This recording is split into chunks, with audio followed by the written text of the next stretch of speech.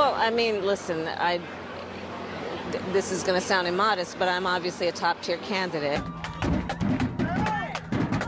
Your news in the race for 2020, Senator Kamala Harris announcing she's dropping out.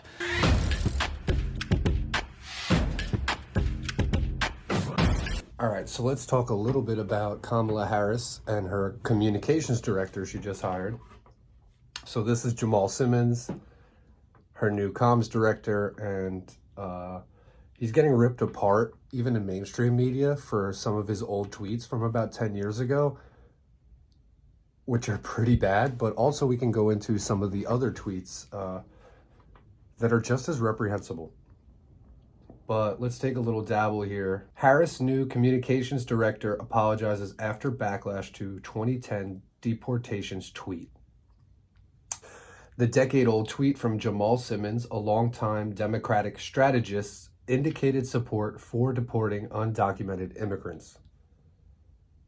So MSNBC, with the sub-headline, already trying to douse the flames, right? It's a decade-old tweet. He indicated support for deporting. You know, if this was a Trump lackey, I don't think MSNBC would be reporting it the same way. In fact, you know, you have 4 years of the Trump presidency to look back on, and they didn't. Vice President Kamala Harris, newly appointed communications director, apologized Friday after criticism of a resurfaced 2010 tweet that suggested undocumented immigrants should be deported. Jamal Simmons, a longtime Democratic strategist who was recently tapped as the chief spokesperson for Harris, issued a statement saying that his years as a political commentator, he sometimes plainly missed the mark. He did more than miss the mark there. As a pundit for much of my career, I have tweeted a lot and spoken out on public issues. Sometimes I have been sarcastic, unclear, or just plainly missed the mark, Simmons said. I sincerely apologize for offending those who care as much as I do about making America the best multi-ethnic, diverse democracy it can be. I know the role I am taking on is to represent the Biden-Harris administration, and I will do so with humility, sincerity, and respect. The statement was in response to an online backlash, particularly from progressives, to a decade-old tweet on immigration enforcement. Just saw two undocumented folks talking on MSNBC. One law student, the other a protester. Can someone explain why ICE is not picking them up? If this doesn't... This is just more evidence of how similar these two major parties are, how there's really no fundamental difference between the two. They literally ran on "We're not Trump." The border policy is inhumane. He's locking people up at the border. It's crazy. This is fascism. Now we have more kids in cages on the border, with more people locked up than Trump ever did. And, you know, Kamala Harris, who's been put in charge of, you know, the border situation as vice president, you know, she hires this guy to do her messaging. The guy who, you know, is asking why ICE isn't deporting people when they appear on MSNBC. Yeah, I don't know how that, it's very plain there. The sentiment expressed in the tweet is in stark contrast to the Biden administration's immigration policies. No fucking shit. The administration implemented new guidelines last year aimed at curbing deportations, in addition to pausing some deportation in President Joe Biden's first 100 days to overhaul enforcement practices. Meanwhile, Harris has been tasked with addressing the root causes of migration.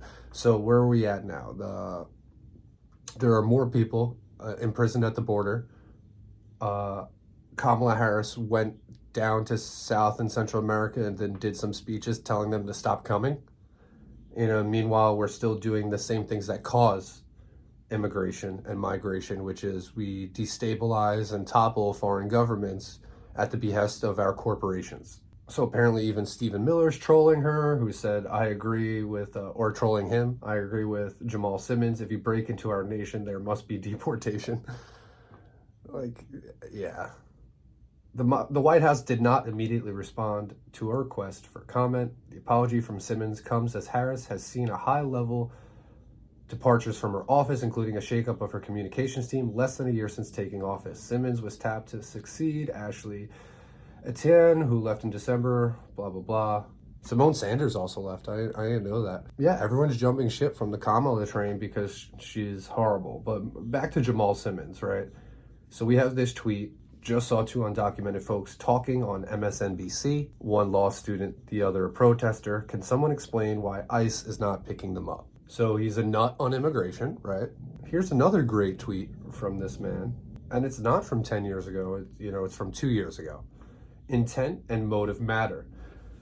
George W. Bush let CIA waterboard people even though we didn't like it and may have been illegal. He was not impeached because he was doing it to protect the nation. If Bush waterboarded people to get someone to buy his Texas ranch, that would be different. Hashtag Trump impeachment. So you're pro-torture to cover up war crimes, right? Like, so you're okay with George Bush doing torture. The reason the CIA was doing torture was to cover up the fact that they were in an illegal war, right? They were using Guantanamo and hundreds of illegal black sites all around the world, and they still do this to cover up the fact that there were no WMDs and the war was illegal. He didn't protect the nation. He endangered us. He ruined our economy.